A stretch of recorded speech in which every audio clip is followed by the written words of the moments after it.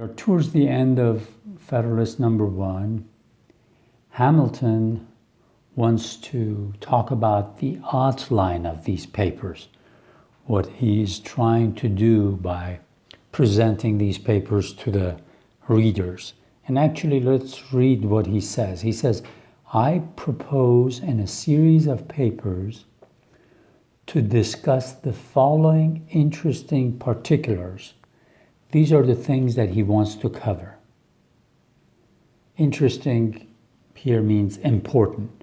These important points that he wants to discuss with us. The utility of the Union to your political prosperity.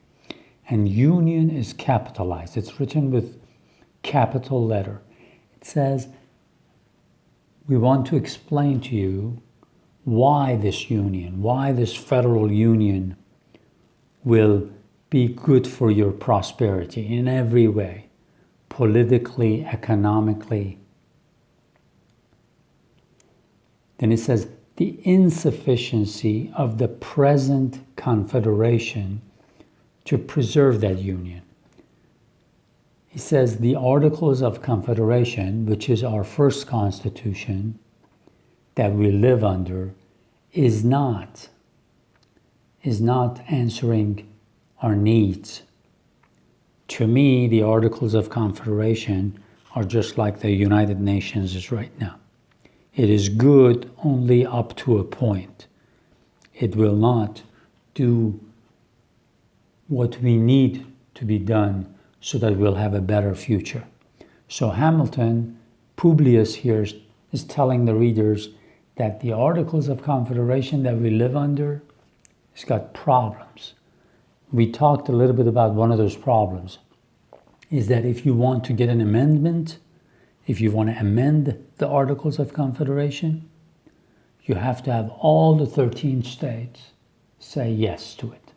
They have to agree. So look over here. There's a little bitty state Delaware. There's a little bitty state Rhode Island over here. Okay? They can, Rhode Island here, Delaware, they can stop the Constitution from getting amended. So you're stuck with the same thing. It is not going to be good for your future, it says people.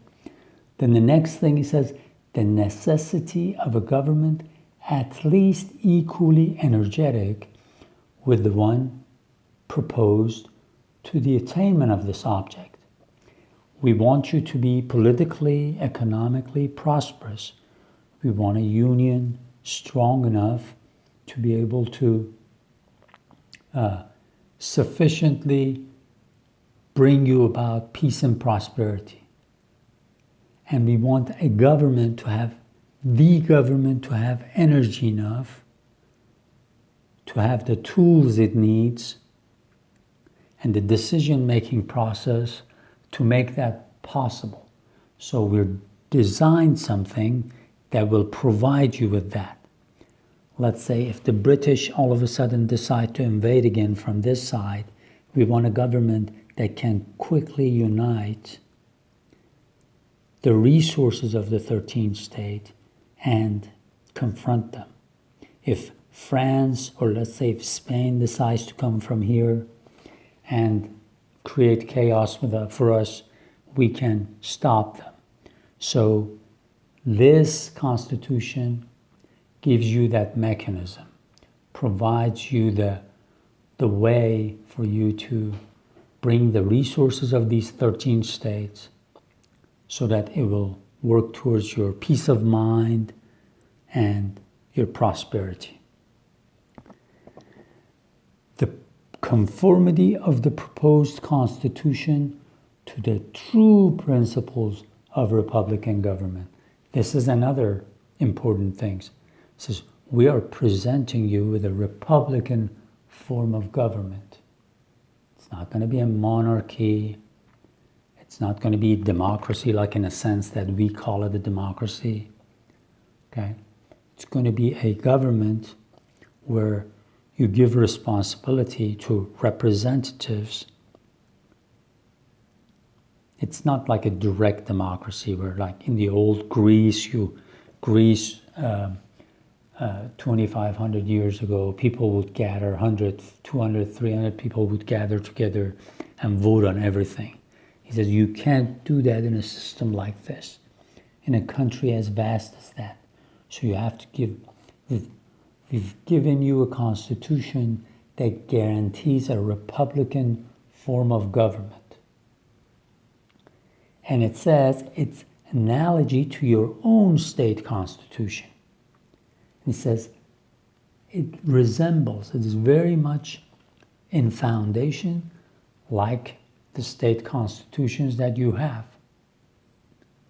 You have, for the most part, you have a lower house, you have an upper house.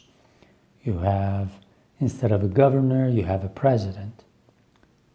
And on and on. We will talk more about that. But he says it's a republican form of government. And lastly, the end of this paragraph, the additional security which its adoption will afford to the preservation of that species of government, to liberty and to property. And also we've designed it in a way that it will guarantee the preservation, guarantee that you won't lose the republican form of government. That will be safe to your liberty and to your property. That won't damage any of those things. It will be good for your future. Okay, before I go too far, let me explain something to you. One of the philosophers, political philosophers that the American founders were very much influenced by was John Locke. And in one of his treatises, in one of his essays, in one of his writings, he mentions that government is instituted, is established to preserve, protect your life, liberty, and property. Okay? Now, in the Declaration of Independence, when it was written, that phrase on top became life, liberty, and the pursuit of happiness. It is very important to remember that this property has always been very important in the constitutional thinking of especially the English-speaking world. So just because they replaced it with pursuit of happiness, it doesn't mean the importance of property is lessened, is smaller. So just keep that in mind. This is very important for you to remember.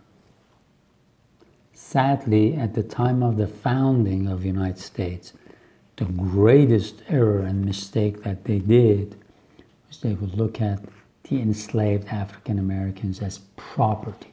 They would not look at them as human beings at all. As sad as it is to say this, we're not going to just not mention it because it's bad and it's ugly part of that history. But we have to be very patient and study the whole thing. I'll try to walk you through it, okay? You'll get to know what I think about this whole issue of slavery and things like that. But there is no way of evading it and not looking at it. This ugly institution of slavery and enslaving people, they will look at the slaves as property, not as a person. So let me read the very short paragraph here. In the progress of this discussion, I shall endeavor to give a satisfactory answer to all the objections which shall have made their appearance that may seem to have any claim to your attention. So here it's basically saying that people are writing articles, essays, criticizing what I am writing as well as criticizing the Constitution. And he says, I'm going to try to answer them to the best of my ability. be honest with you, be forthright with you, be open with you. So he says, I'm going to guarantee this. Okay, before we go to the next video and finish the last paragraph, I mentioned C-SPAN to you. This is probably going to be one of the best websites, best resources for you to learn about America. So one of the things you can do, go to this website. One of the series they made over 10 years ago, it's called American Writers. And just check those out and start at the very beginning where they talk about Puritans and the settlements of America over here. Listen, watch those shows. They'll give you some sort of foundation, background of what was going on. They try to make I think they've actually made all the videos on site. Like if they're talking about Puritans, they'll be in Massachusetts. And things like that. So definitely pay attention to C-SPAN. It's wonderful. It's just absolutely wonderful. Right now it's available to you. And check out American Writers. And as we go along, I will tell you all the other videos that are going to be helpful to you. However, remember the first videos I introduced to you on the American Revolution. Remember I said watch PBS series called Liberty, the 6-part series, the one that History Channel has done, and the one that was done by the Learning Channel. Make sure you watch those. It'll give you a better context for what we are talking about. Thank you. See you when we go over the last paragraph of Federalist number 1.